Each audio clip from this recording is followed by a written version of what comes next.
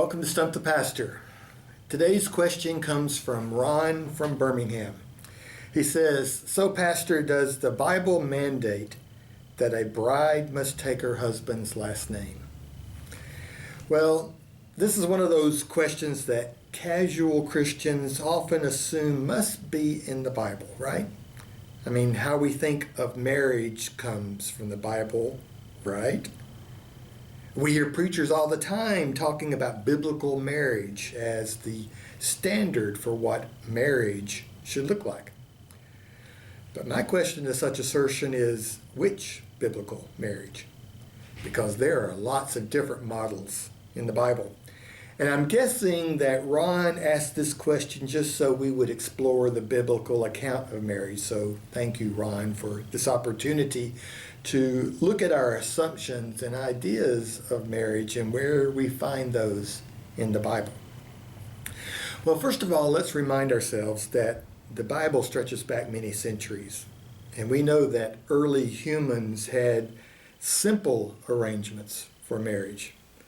From a man stealing a woman from another village and making her his wife, to paying a relative for one of their daughters, to having multiple wives and concubines if you were rich, to taking a surrogate if a couple was unable to produce a child.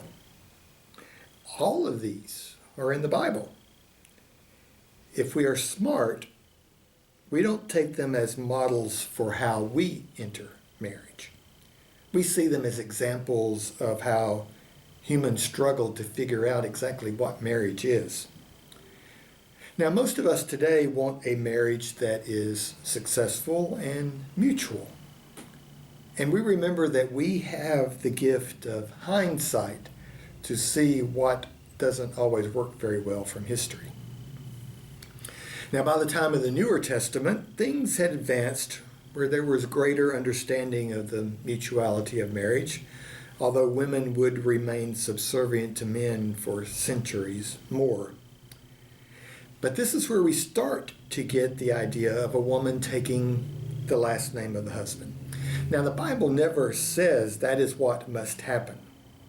And it is another example that the man retains much more privilege in marriage than the woman in these arrangements.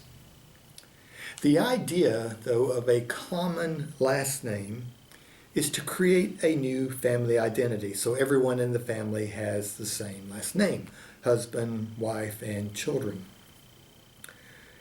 But just one side note here, one of the odd things you might not know is that in Jewish culture, the family connection passes through the mother. So someone is born Jewish if their mother is Jewish. But still, the last name would be the father's. Christianity never carried on that custom and decided to do it differently somewhere along the way.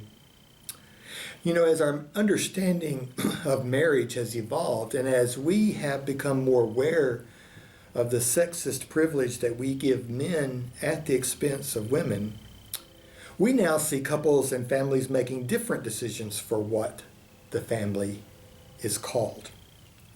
I had a couple in one of my previous congregations who decided to take all the letters of their current last names from a Scrabble game, and they put them on a table and they rearranged all the letters to form a new last name that then they chose for everyone. When Bill and I married, we hyphenated our last name to honor both of our families of origin and to show the mutuality of our relationship. And in the process, we made our family name unpronounceable. Some couples now simply retain the original name after they marry. They remain who they were from their birth. My own mother, when she married my father in the 1940s, chose a common way many women of our generation and hers have chosen to create their last names. Her birth name was Edna Louise Jones. And when she married my father, she became Louise Jones Tucker.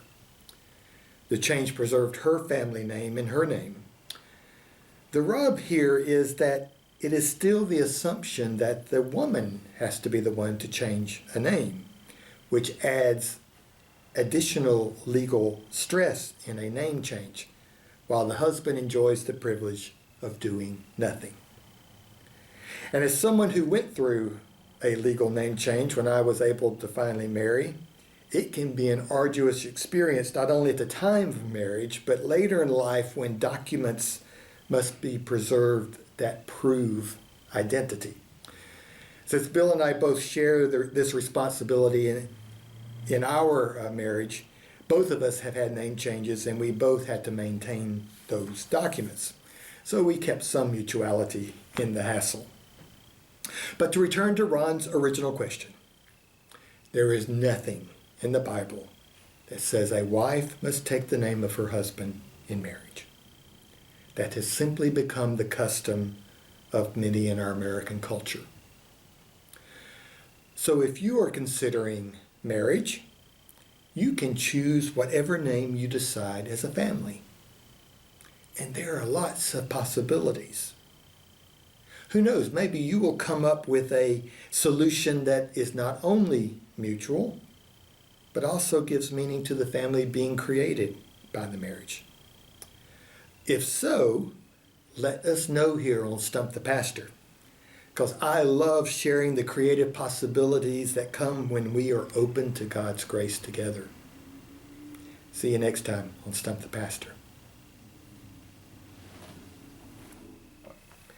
So there you go, Ron. Thanks for the question. And for those of you that don't know, Ron is a member of this congregation, Pilgrim Congregational Church. So thank you, Ron, for sending in your question. If today's episode has raised any questions for you, or if other things come to mind, send them to me at Stump the Pastor, and we'll get you on in a future episode. See you next time.